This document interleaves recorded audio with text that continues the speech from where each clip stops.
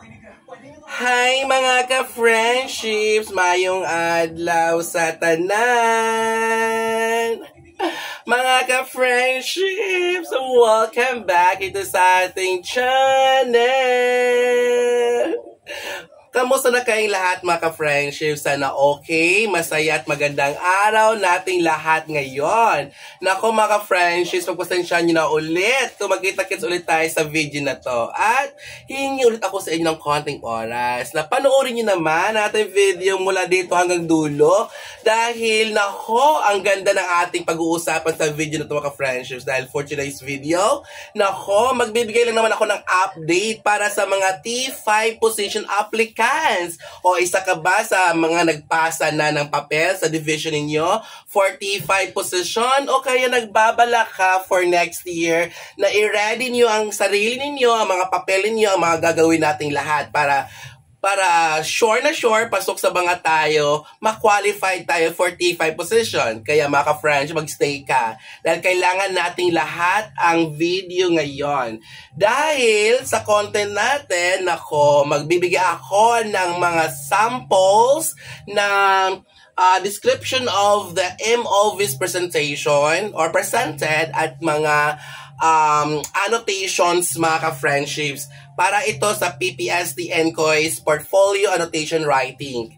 Diba? Alam naman nating lahat na lahat tayo ay gagawa ng annotations sa ating mga MOVs na nilagay sa portfolio o kaya nasa PAF, Portfolio Annotation Form.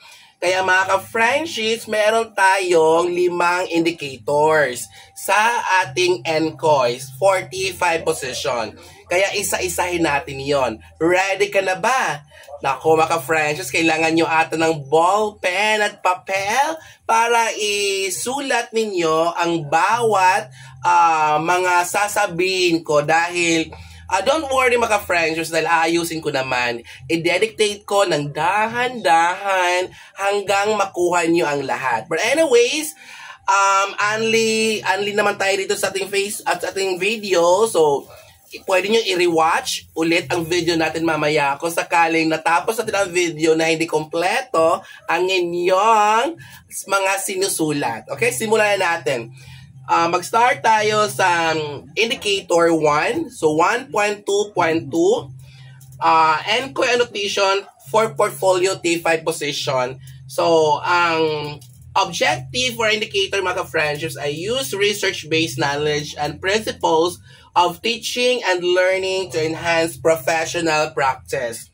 So, ang mga MOVs nito mga ka-friendships ay mga daily lesson logs or DLLs, CO rating sa ating mga COT mga ka-friendships, diba? So, kailangan yung mga rating na yon, and then observation notes, and then activity sheets.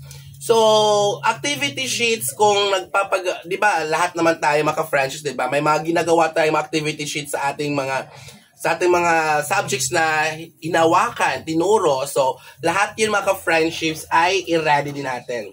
So, paano naman ang descriptive of the MOVs presented? So, ito po yun mga ka-friendships. Ito na ang dapat nating gawan. Dalawa kasi mga ka-friendships, kasi sa PAF, sa Portfolio Annotation Form, yung dalawang columns na yon may nakalagay ng indicators at mga MOVs. So, ang task natin is to give or to describe, yung sa third column ay i-describe natin yung lahat ng mga MOVs na nakalagay doon. And then, annotation sa fourth na column, mga friendships. So, dito tayo mag-start sa paggawa ng description ng bawat MOVs. Ito, mga friendships, makinig kayo. Magsimula din kayong magsulat sa ating description. DLLs or Daily Lesson Log presented were used during classroom observations which include rating sheets and notes to assess the effectiveness of the lesson delivered.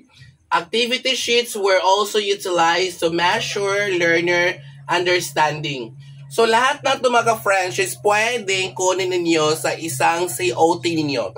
Dahil yung DLLs, pwede naman yung everyday natin ginagawa, di ba? Yung weekly nga tayo gumagawa. And then, yung COT rating sheets, yung sa CO natin, and the observation notes, pwede nitong yung kasama doon sa CO natin, may observation notes na yon, at saka yung mga activity sheets na ginagamit natin sa CO o kaya sa everyday natin, sa pang-araw-araw natin na lesson, meron tayong mga activity sheets doon na sinasagutan ng bata, mga ka-friendships, ha. Yung may score din niya, may pangalan niya. Mas maganda yon para mas matibay ang ating MOV. At kasi nagpapatuto yun, mga friends, nagpatunay yun na ginagamit talaga natin yung activity sheets na yun or last learning activity sheets. And then sa annotations naman, dito sa first indicator 1.2.2, in preparing my DLLs, I integrate Bloom's taxonomy as a guide in designing objectives and activities that progress from remembering to creating. So, klaro, nagaling yon sa Bloom's taxonomy, mga ka-friendships. This research-based framework ensures that learners develop higher-order thinking skills. The CO rating sheets and observation notes provide me with feedback that helps refine how I apply these principles. So the activity sheets serve as evidence of learners' mastery levels and guide me in adjusting my instruction. Grounding my practice on Bloom's research helps me create structured, learner-centered lessons that build both the knowledge and critical thinking. So yun ay para sa first indicator. Dito naman tayo, mga friendships, sa pangalawang indicator na 5.5.2.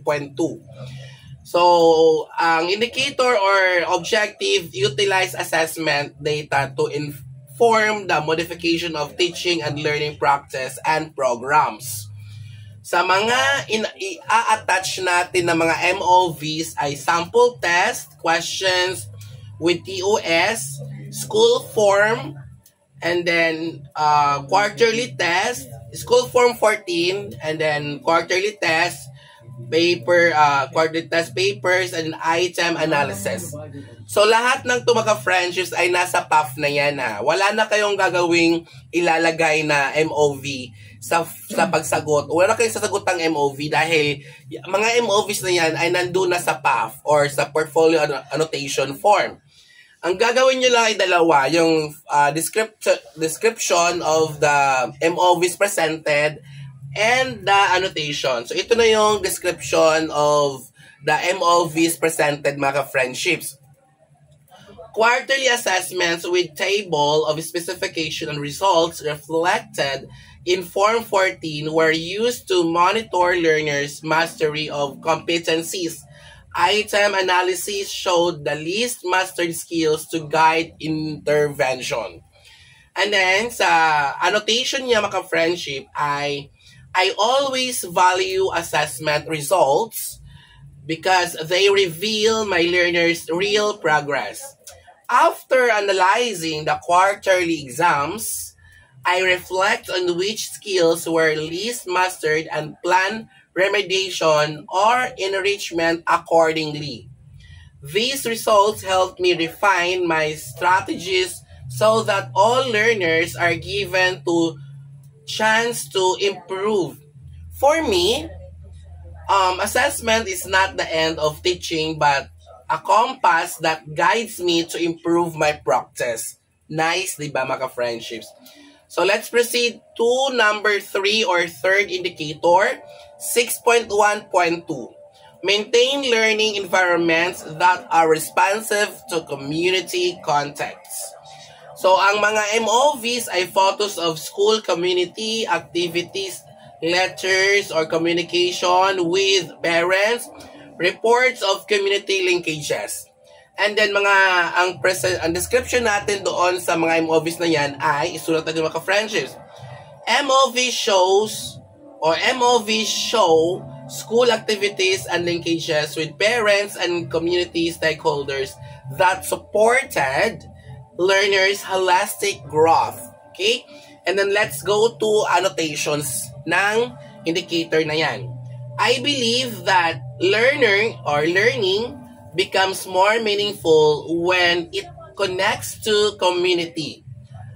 By collaborating with parents and community partners, I am able to design learning experiences that are relevant to learners' lives. Involving stakeholders also builds a shared responsibility for education, creating an environment where children feel supported both in school and at home. Okay? Yun yung annotation sa indicator number 3. Indicator 4 tayo maka-friendship. 7.3.2, participate in professional networks to share knowledge and to enhance practice. So, ang MOVs natin, certificates of trainings, LAC session, attendance sheets.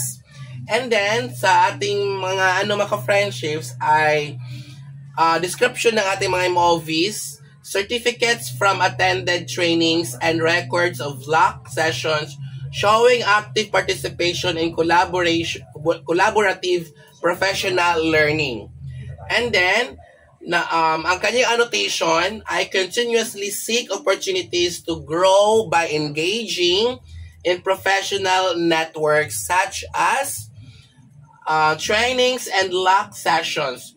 Through these, I not only gain new insights but also share my own experiences and strategies with colleagues. These interactions motivate me to improve my practice and contribute to our collective goal of raising learner achievement.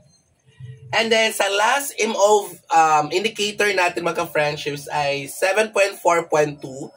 Ang kanyang objective ay develop a personal professional improvement plan based on reflection of one's practice and ongoing professional learning. Ang kanyang MOVs ay IPCRF development plan, reflective notes, certificates of trainings. So, ang MOVs natin mga friendships are description ng ating MOVs ay MOV show my professional development plan highlighting identified strengths and areas for growth based on reflection and feedback. Sa annotation naman ng last natin annotation indicator ay reflection is an important part of my teaching journey. So by honestly looking at my own practice, I am able to recognize what I am doing well and what I still need to improve.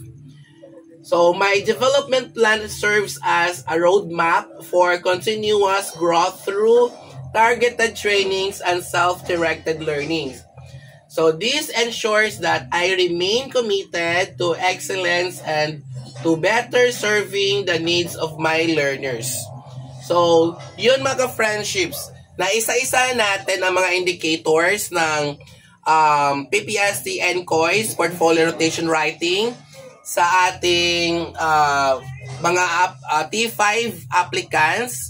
So, sa mga teacher 5 na applicants dyan, sana nakuha nyo lahat ang mga description of MOVs at saka annotations. Yun kasi yung gagawin natin mga friends, dalawa. So, galingan natin para makuha natin yung goal, yung dream natin na position. At sana nasulat nyo lahat. Pero kung hindi nyo nasulat baka friendships, please, pwede nyo panoorin ulit ang ating video hanggang sa makuha nyo lahat, masulat nyo yung mga lahat ng MOV description at saka yung mga annotations. Sample dito sa mga 5 na indicators para sa PPST NCOIS Portfolio Annotation Writings.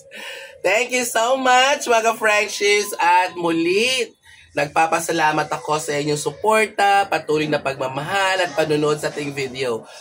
Please, huwag kalimutan mag-subscribe baka hindi ka pa nag-subscribe, at bigyan nyo ng thumbs up ang ating video ngayon kung kayo ay may natutunan, at huwag kalimutan i-share sa ating kapwa ka-friendships na alam naman nating nangangailangan sa content na ganito. Bye and see you sa next video!